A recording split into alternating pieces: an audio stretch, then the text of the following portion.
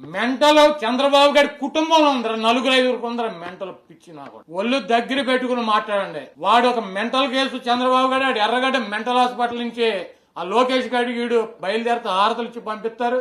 ఇక్కడికి వచ్చి 4 రోజులు పిచ్చి నా కొడుకులాగా పిచ్చి వాగుడు వాగి వెళ్తారు.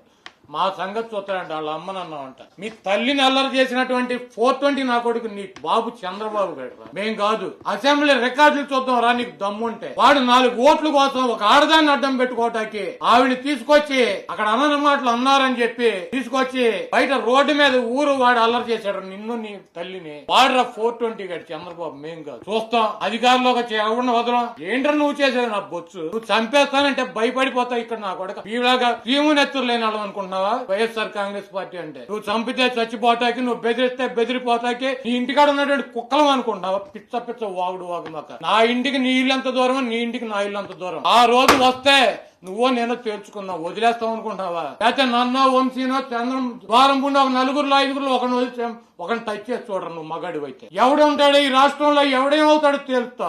వాగుడు పిచ్చి బెదిరింపులు మా దగ్గర బెదిరించమాక. అన్నిటికీ సిద్ధపడే జగన్మోహన్ రెడ్డి గారు వెనకాల ఉన్నా. దేనికైనా సిద్ధం. నాకు ప్రాణం అనేది ఏకముక్కతో సమానం. నాకేం వేల కోట్ల ఆస్తులు. నాయకుడి కోసం పనిచేస్తాం. ఈ రాష్ట్రంలో ఉన్న ప్రజల కోసం పనిచేస్తాం. నీకు మళ్ళీ లక్షల కోట్ల దొబ్బి తింటాకి పందికొక్కులాగా ఒంటిగా సొంటుకొంపులాగా నీ బాబుకు నువ్వు ఒకడో నీకు ఒకడో.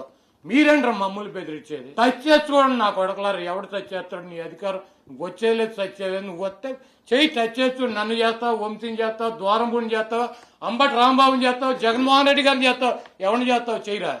ఒక్కడిని టచ్ చేసి చూడండి. పద్దాక వచ్చి వదిలిపెట్టండి. ఏం చేస్తావురా? ఒక్కడిని టచ్ చేయి. నీకు దమ్ముంటే నువ్వు మగాడి టచ్ చేసి చూడరు ఒకడిని.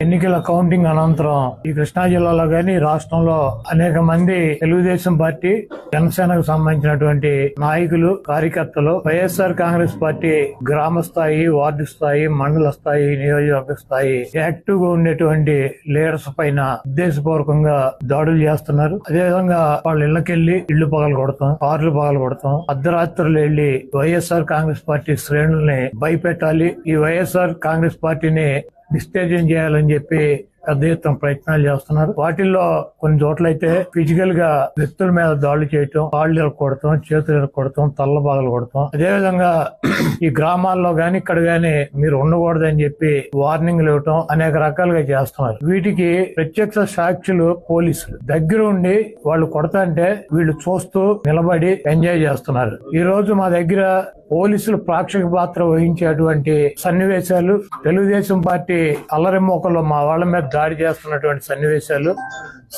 సీసీ ఫుటేజీలతో సహా, ఫోటోలతో సహా మా దగ్గర ఉన్నాయి. మేము ఎస్పీ గారికి గాని లేదా లోకల్ గా ఉన్నటువంటి పోలీస్ స్టేషన్ లో గాని కంప్లైంట్ ఇచ్చినా, ఒకవేళ మాకు ముందు సమాచారం ఉండి ఆ గొడవ జరిగేటువంటి పరిస్థితి ఉందని చెప్పినా కూడా వాళ్ళు వచ్చి ప్రేక్షక పాత్ర వహించడం, అదేవిధంగా ఎటువంటి కేసులు కూడా కట్టినటువంటి పరిస్థితి లేదు. కాబట్టి మేము జిల్లా పార్టీ తరఫున మా దగ్గర ఉన్నటువంటి వీడియోగ్రాఫులతో, ఫోటోగ్రాఫులతో హైకోర్టుకు వెళ్లి ప్రైవేట్ కేసులు వేయాలని చెప్పి నిర్ణయించుకున్నాం. తప్పకుండా దాడులు చేసినటువంటి వాళ్లే కాదు, దాడులు చేస్తుంటే చూస్తున్నటువంటి పోలీస్ వ్యవస్థ మీద కూడా కేసులు వేయటానికి సిద్ధంగా ఉన్నాం. అదేవిధంగా వైఎస్ఆర్ కాంగ్రెస్ పార్టీ నాయకులకు గాని, అదేవిధంగా కార్యకర్తలకు గాని ఎటువంటి భయం, ఆందోళన చెందాల్సినటువంటి అవసరం లేదు. రేపు 2 రోజుల్లో జిల్లాలో ఉన్నటువంటి ముఖ్య నాయకులందరం కలిసి ప్రతి నియోజకవర్గానికి వెళ్లి దాడులు చేసినటువంటి వాళ్ళ ఇళ్లకెళ్లి ధైర్యం చెప్పేటువంటి కార్యక్రమం చేస్తాం. దీనికి జగన్మోహన్ రెడ్డి గారు కూడా మీరు ఎట్టి పరిస్థితుల్లోనూ కార్యకర్తలు గాని, నాయకులను గాని జరుగుతున్నటువంటి దాడుల్ని మీరు చూస్తూ ఊరుకోవద్దు. పార్టీ అంతా యాక్టివ్ గా ఉండి అందరూ ఒక వేదిక మీదకి వచ్చి వాటిని తిప్పి కొట్టాల్సిన అవసరం మన మీద ఉందని చెప్పి ఆయన కూడా చెప్పారు. కాబట్టి పోలీసు వ్యవస్థ ఒక అసమర్థమైనటువంటి వ్యవస్థగా ప్రేక్షక పాత్ర వహిస్తున్నటువంటి ఈ పోలీసు వ్యవస్థకి మరి మా నుంచి ఈ తెలుగుదేశం పార్టీ గోండాల నుంచి మా పార్టీ నాయకుల్ని, కార్యకర్తల్ని కాపాడుకోవటానికి మేము కూడా 2 రోజుల్లో రోడ్డు మీదకి వచ్చి ఎక్కడైతే మా వాళ్ళ మీద దాడులు జరిగినాయి, ఎక్కడైతే మా వాళ్ళని ఇబ్బంది పెడుతున్నారో ఆ ప్రాంతానికి వెళ్తాం. ఆ కాన్స్టిట్యున్సీకి గానీ, ఆ జిల్లాకు గానీ సంబంధించినటువంటి నాయకులందరూ కూడా పాల్గొంటారు. ఆ నియోజకవర్గంలో ఉన్నటువంటి లీడర్స్ గానీ, కార్యకర్తలు కూడా పాల్గొంటారు. తప్పకుండా లా అండ్ ఆర్డర్ ఇష్యూస్ కనుక వస్తే దానికి పోలీస్ వ్యవస్థ బాధ్యత వహించాలి.